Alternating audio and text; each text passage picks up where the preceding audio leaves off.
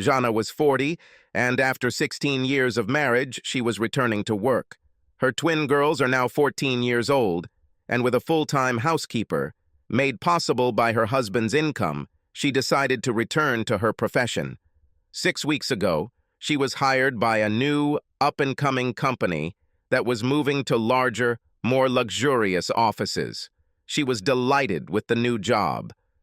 During the interview process, she met the firm's partners, 3 men and 1 woman, and was impressed by their enthusiasm, warmth, and professionalism.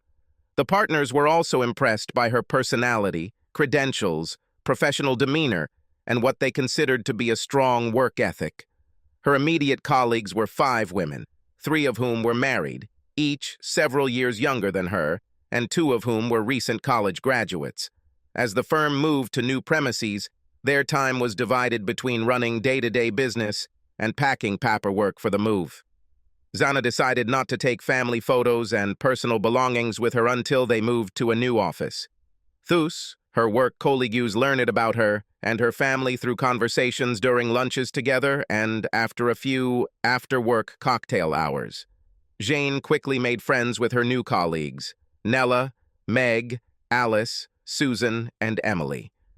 Since the firm was called Windsor and Associates, Nell, Meg, and Alice called themselves the Merry Wives of Windsor and accepted Jean into their team as they had previously accepted 2 young and unmarried women, Susan and Emily.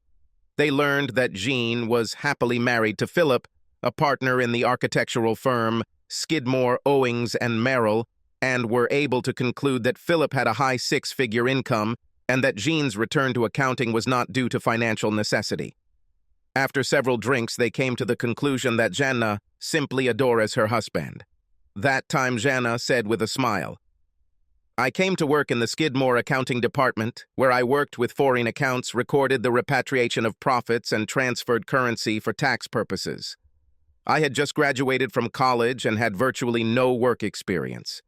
I had been working there for about 6 months when I noticed this man, Philip, who kept coming in and asking me about accounting."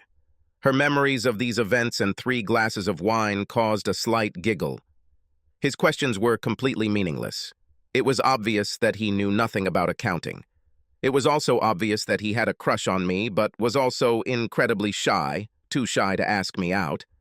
Laughing, Meg asked, "And you have 2 children? How did this happen?" Jana answered, smiling. As usual, all the girls laughed heartily, and Jana continued, "About 3 more months passed, and finally, he plucked up the courage and asked me out on a date. The first date was dinner at an expensive restaurant, and then a symphony orchestra concert.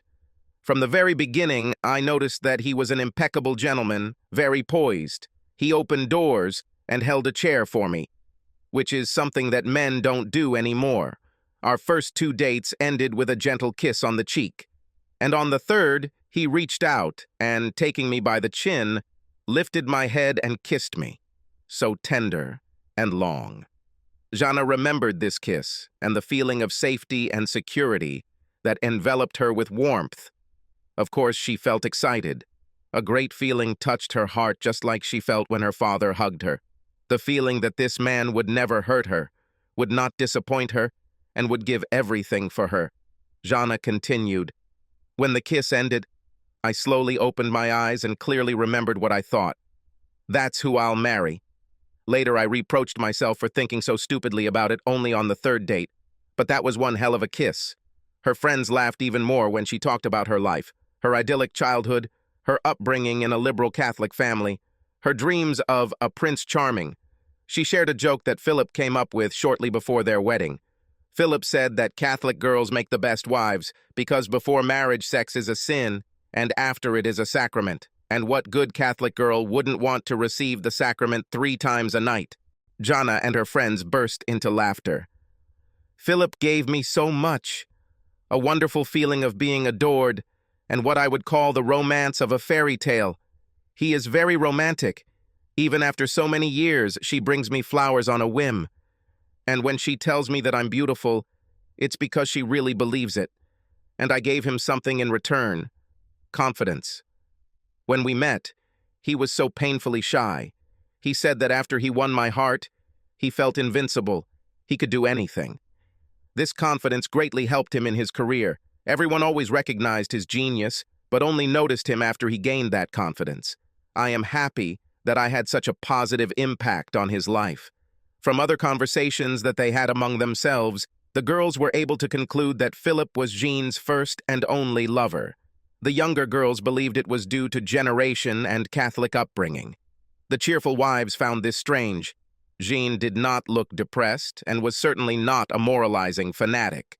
It seemed unthinkable to them that such a bright, beautiful, and charming woman as Jana would limit her sexual experience to one partner.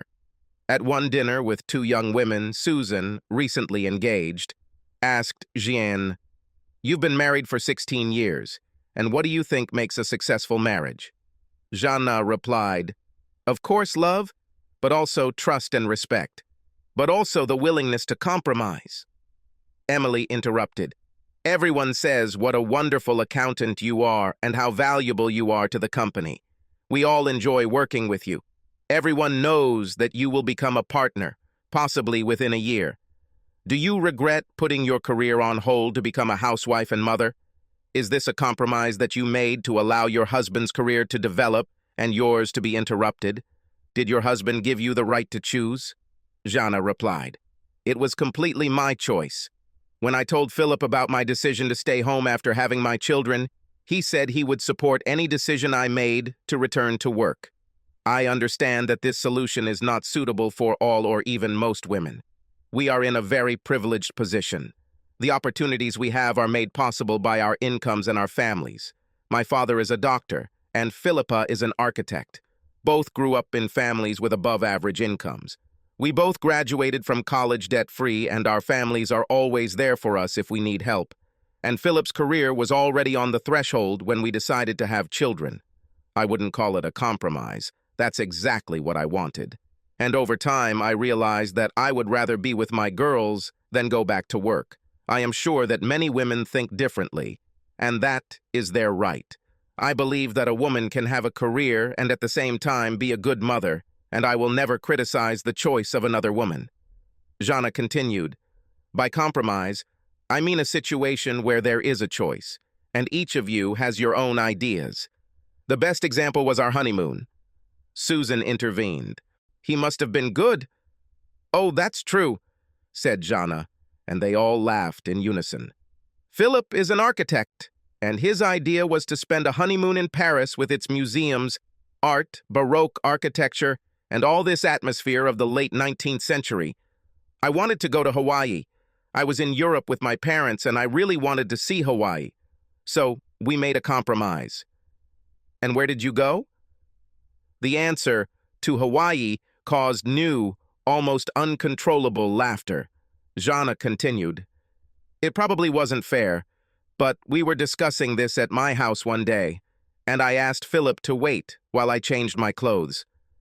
In the bedroom, I changed into a cocktail dress, the quintessential little black dress I had just bought. Returning to the room, I said, 'This is what I'll wear if we go to Paris,' and I saw him smile gratefully. Without further conversation, I turned around, went back to the bedroom, and changed into the tiny, really tiny bikini I had bought earlier that day. I returned to the room where Philip was. He was reading some magazine. When I announced, 'This is what I'll wear if we go to Hawaii.' I can still see the look of surprise on his face and his jaw hitting the floor. He didn't have a chance. When the laughter finally died down, Jana explained that there are times when you have to give up something for the sake of a loved one. Before getting married, you need to ask yourself the question, am I ready for this? And what are my capabilities? Marriage also has its opportunity costs. This is the price of giving up other opportunities in order to have what you decide to have now. I was just over 22 years old when I got a job at Skidmore. I had a bachelor's and master's degree, as well as a professional auditor's certificate.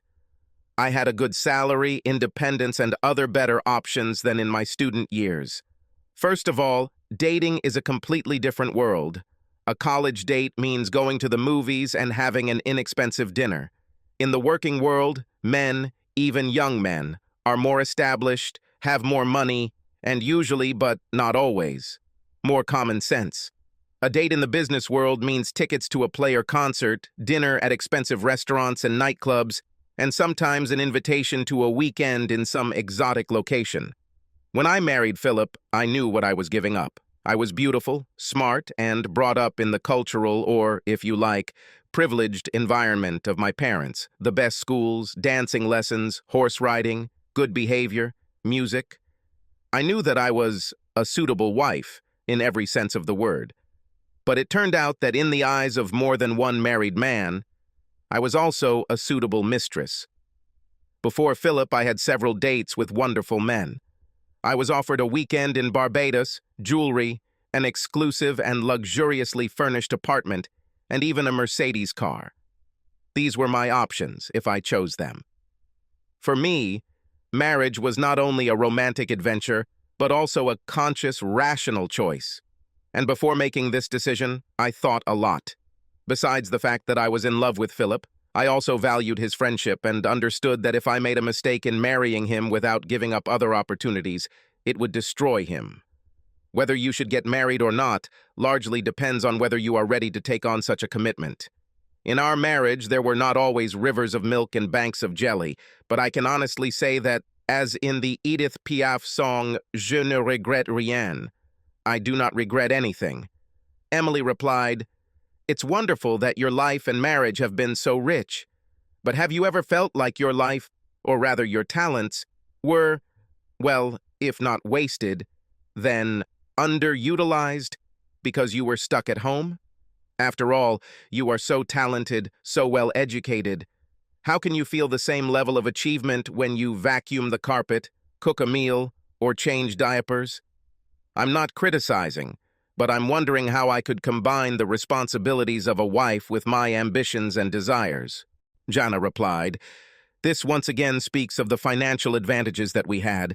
I was focused on raising the children, but otherwise we had help. We had a wonderful housekeeper who did the cleaning and cooking. I took care of the kids, paid the bills, and managed our investments. Others did the routine work. I know how lucky we are. Many, if not most women, are forced to send their children to kindergarten while they themselves work, clean the house, etc. They get the unfun part of being a wife and mother while someone else takes care of their children, and it's very hard. I even had the opportunity to go back to college for training when the girls were 2, while my mother and mother-in-law helped look after them. I decided to take some introductory architecture courses to better understand Philip's work. While I certainly don't know how to design skyscrapers, I understand the basic concepts and can help him explain things to his clients in simple terms, so his PowerPoints and other presentations are much more client-friendly. This helped his career immeasurably, but more importantly, it brought us closer. We were able to spend more time with each other discussing and preparing presentations for clients. In addition, his wife's interest in his work and her support could not but affect his pride. And it wasn't a sacrifice. I liked learning something new. I think this is what made my time outside the profession even more useful than if I had stayed in accounting." Susan intervened. "Have you ever felt like you missed out by not trying at least some of these opportunities?" Emily joked, "She means men." Susan replied, "Not only men." Jana smiled. "I know that I said that I didn't regret anything, and that's true, but I don't know a single person who wouldn't think that his life could have turned out differently if he had made a different choice. I started piano lessons at an early age and was very good at it. Sometimes I wonder if I could become a concert pianist." Smirking, she added, "My legs are as good as Yuji Wang's." After laughing, she added, "In the end, it was not my choice for a number of reasons. As for men, Philip is not the first to propose to me. In fact, he is the third. The first was my college boyfriend. Tim was sweet, charming, very sincere, and incredibly handsome. Most guys who look this good are narcissistic, but not Tim. And although I really liked him, there was no spark or passion with him. The second one was more serious. He was older, very handsome, and extremely cultured. He said he separated from his wife, which turned out to be a lie. His wife had all the money, and he had no intention of leaving her. I agreed to have dinner with him sometimes. Since he was a member of the board of the Ballet Foundation, we often attended the ballet and the parties after it. I never slept with him or let him kiss me. I told him that broke up was not good enough, and his divorce had to be final before we could be intimate. He bought me expensive jewelry, which I refused to accept. He wanted to rent an apartment for me, to which I answered no. But despite everything, I began to fall in love with him. If I had let this continue, I know he would have taken me to bed. When he finally proposed, he said he was divorcing her, but it would take some time, which in itself said that this would never happen. One day, thinking about this, I imagined my future with him.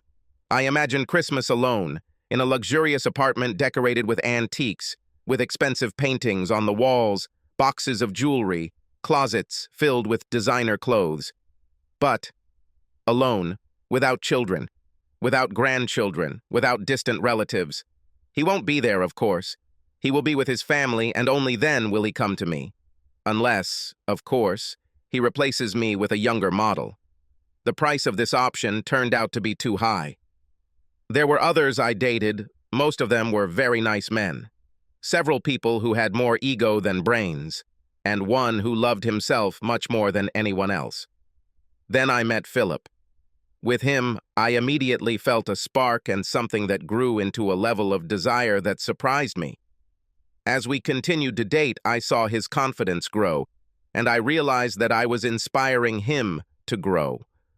I also knew that I would never be just a trophy for him.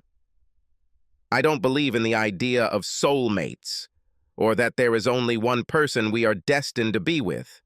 With many of the men I dated, I would have had a happy marriage. Maybe. I never try to renegotiate my marriage. Perhaps I would marry a good and devoted man. On the other hand, I could marry a womanizer or someone who would be unscrupulously cruel. Philip is not perfect, and he can be infuriating at times, but he is the kindest, most loving husband and father anyone could hope for. Finally, the move to the new office was complete, and there was definitely a celebration to be had.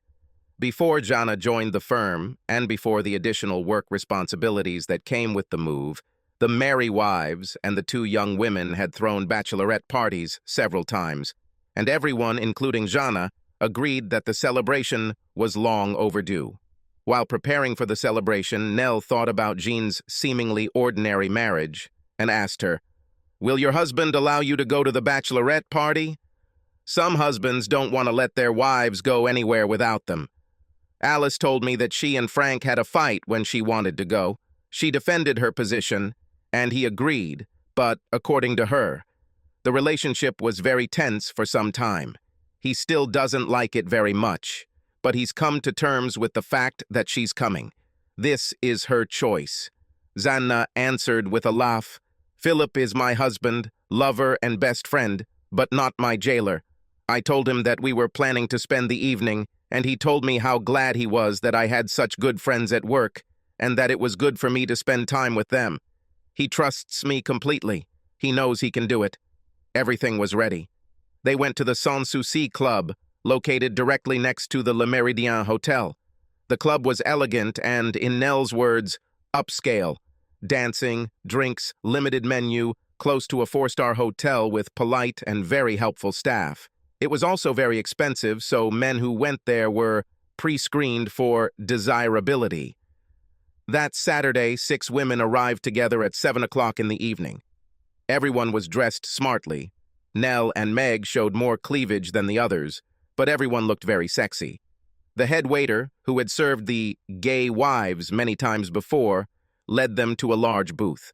As they took their seats, Jean instinctively reached for the drinks menu. Meg smiled and took it away, explaining, "Honey, we never buy drinks for ourselves." A minute later, 2 waiters appeared with a tray containing flutes of champagne and 3 bottles of champagne on each tray. 1 bottle for each of them. Jana began to say that they had not ordered anything, but Meg touched her hand and smiled. The waiter said with aplomb, "Best wishes from the gentleman at the bar." Everyone looked towards the bar and saw a respectable middle-aged man at the end of the bar who smiled, nodded, and then turned away to answer a call on his cell phone. Meg smiled and said, I wonder who or how many of us he wants." A girlish giggle was heard in response. The waiter opened the bottles and poured champagne. The glasses were large and held about a quarter of the bottle. The men in the club admired the 6 women, but did not dare approach them to dance or chat. Grateful that someone else had bought the wine, they waited while their intended prey drank a few glasses of champagne, which would lower their resistance and, they hoped, increase their libido. The girls hurried to enjoy one and then a second glass of champagne. There will be more drinks later. Jana turned out to be less tolerant of alcohol than her colleagues, and she began to feel the effect of the second glass a little earlier. Encouraged by the second glass, she drank the third. The men circled around and then came closer. The younger women were invited to dance first. After some time, a man walked towards their booth and bought champagne. Alice remarked, "How delicious he is." Nell and Meg verbally agreed with their friend's assessment, using less delicate terms than delicious. Jean just smiled, appreciating the handsome man whose eyes were fixed on her. Approaching their booth, the man extended his hand to Jana. "May I invite you to dance?" She swallowed hard, and without saying a word, placed her hand in his. The orchestra played only slow melodies. It was assumed that the dancing couples were lovers or future lovers, and all physical activity would take place later and off the dance floor. The man kept Gina at a polite distance as they danced, smiling warmly at each other. Watching her friend, Meg remarked, "Wow, I didn't expect this." Nell replied, "I wonder what hubby will think," to which Alice replied, "She's not doing anything wrong." Nell intervened, "Not yet." And then she continued, "But perhaps she will be the first of us to have sex today." Alice replied, "She loves her husband. You heard what she said. She won't have sex with some stranger." Nell said with confidence, "Come on." She was caught quite tightly. Apparently, her husband is the only man she has ever had. She's already over 40, and if she wants to have some fun in her life, she better hurry up. On the dance floor, Jean thought about how handsome this man was, looking into his eyes. During the second dance, the man moved closer to her, and she felt herself melting in his arms. Champagne, music, his hugs, all this did not allow her to think about anything except this moment. He moved even closer, and she laid her head on his shoulder. She felt the warmth of his breath, and his lips brushed against her ears as he whispered, telling her how beautiful and desirable she was. Then, with 2 fingers of the hand holding her waist, he drew a line down her back, starting at the base of her neck, then moving down and back to her waist. The black dress was backless, and its touch on her bare skin tingled with electricity. The man heard her sigh slightly, and then purr. As he pulled her even closer to him, she felt his dignity pressing into her stomach. She had heard that men's assets differed in size, and that for some women size was everything, and she had always thought that was stupid. She knew that the most important organ was the brain, the imagination and creativity it could produce as wave after wave of neurochemicals washed over the senses. However, her thoughts drifted from the present moment to her imagination. She imagined them in the hotel room. Here he stands behind her, clasping her waist and covering her neck with soft, leisurely kisses. In her imagination, she felt him unbutton her dress, throw it off her shoulders, and lower it to her waist. His hands on the bare skin of her stomach slowly rise to gently cup her breasts. Unclasping her bra, he runs the backs of his fingers over the soft skin of her breasts. Her breasts are especially sensitive to touch, and for a man, they are the perfect combination of firmness and elasticity. She imagined the man turning her around to face him, his hands removing her bra, and it unceremoniously falling to the floor along with her dress. Her breathing, both in the present and in her imagination, quickened. Mentally, she looks at the man with a slight smile, pulling his jacket off his shoulders and sending it to the floor. She then removes the silk tie from around his neck, debating whether to use it as a makeshift blindfold or even to tie his hands. Imagining possible uses for the tie, she thought cheerfully, God, how spoiled I am. And suppressed laughter.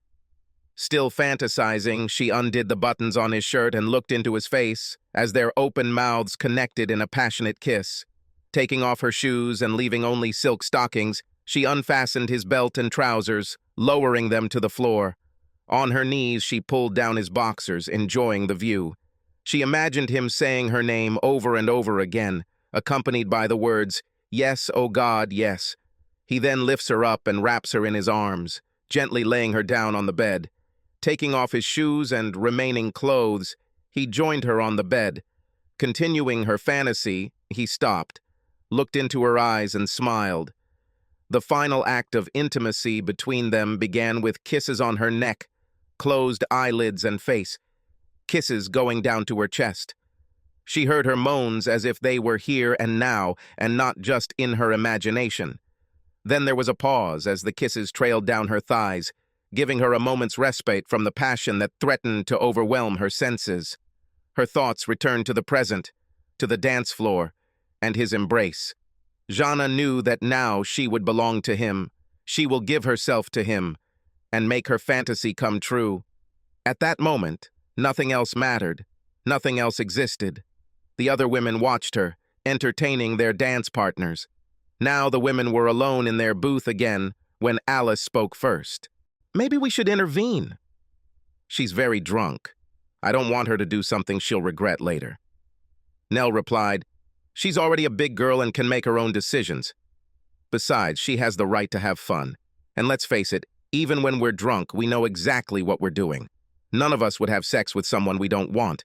Jean is simply horny, and an attractive man is well on his way to giving her a night she'll never forget." Alice replied, "Will he never forget? But will he always regret?" Nell answered Alice briefly and clearly, "There is no need to be a hypocrite. Do you regret kissing that guy the second time we came here and letting him fondle your breasts? How far have you come?" Alice answered, crying quietly, "Too far. Very far. When Jana talks about her marriage, I remember my own. For the first 3 years of our marriage, I always raced home before Frank so I could wrap my arms around him when he walked through the door. Yes, it happened that he came home too tired or too preoccupied with problems at work. We didn't always have sex, but when I looked at him, I looked straight into his eyes and let him know how much I loved him without even saying it. I did what was best for him. Now, sometimes, when we are alone, I see sadness in his eyes. Sadness that I'm no longer the girl he married. And I don't mean a few gray hairs or a few extra pounds. I'm not the girl who runs into his arms, tells him how much he is loved, looks at him with gratitude for everything he worked so hard to provide for us, and lets him know how happy I am that he chose me. Oh God, where did I go wrong?" Nell turned to Alice and squeezed her hand. "I'm so sorry. I didn't mean—" "It's okay," Alice interrupted. "I'm leaving. I can't stay here. I can't do this anymore. I'm going home. I can't admit this to Frank, it will kill him, and of course it will be the end for us. But I can tell him that it is obvious that we have grown apart, and I want us to be together again. We were once so happy. I looked like Jana. I want it again. Fuck it. I want it again." Meg suddenly spoke up. "Everything is different for me. Remember the movie Love Actually, when Emma Thompson's character finds a gold medallion in her husband's coat pocket? She's so happy, and then for Christmas, he gives her a CD and she realizes the locket was meant for someone else. So it is with me.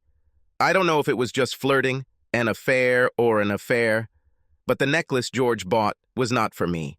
This happened 2 years ago. I never talked to him about this. The scary thing is that I still love him. I love him, but I had other men. I've been with other men. What a euphemism. I cheated on him. And after each time I returned home, locked myself in the bedroom and cried. What did I do 2 years ago to make him stop loving me?" All three looked up and saw Jeanne approaching their booth with the man she had been dancing with all evening. She was, if not drunk, then at least tipsy. All three froze, wondering what to do or say. Jana, holding the man's hand, reached for a glass of champagne, drank about half of it and put the glass away. Slurring her words, she picked up her purse, smiled, and announced, "I'm leaving." Jana and the man holding her hand moved from the booth towards the entrance to the hotel. After walking just a few steps, Jana stopped, hesitated, slowly turned around, and resolutely walked back to the booth. The man followed her with curiosity on his face. When he looked at her, she said to her friends, "Sorry, I almost made a terrible mistake." The three friends held their breath, waiting for her next words, and the man looked at her curiously, trying to understand what was happening. Jana took a deep breath and said, "Sorry, I'm a little drunk." Then, with an unexpected smile that lit up the room, she added, "And I forgot to introduce you to my husband." The man next to her smiled, nodded to her friends, and then turned to her, placing his fingers under her chin and pulling her face towards his for a kiss. Subscribe to our channel so that your second chaff doesn't cheat on you, and go ahead and listen to the next story, because this story is nothing compared to the next one. If you're under 18, don't even think about listening to the next one.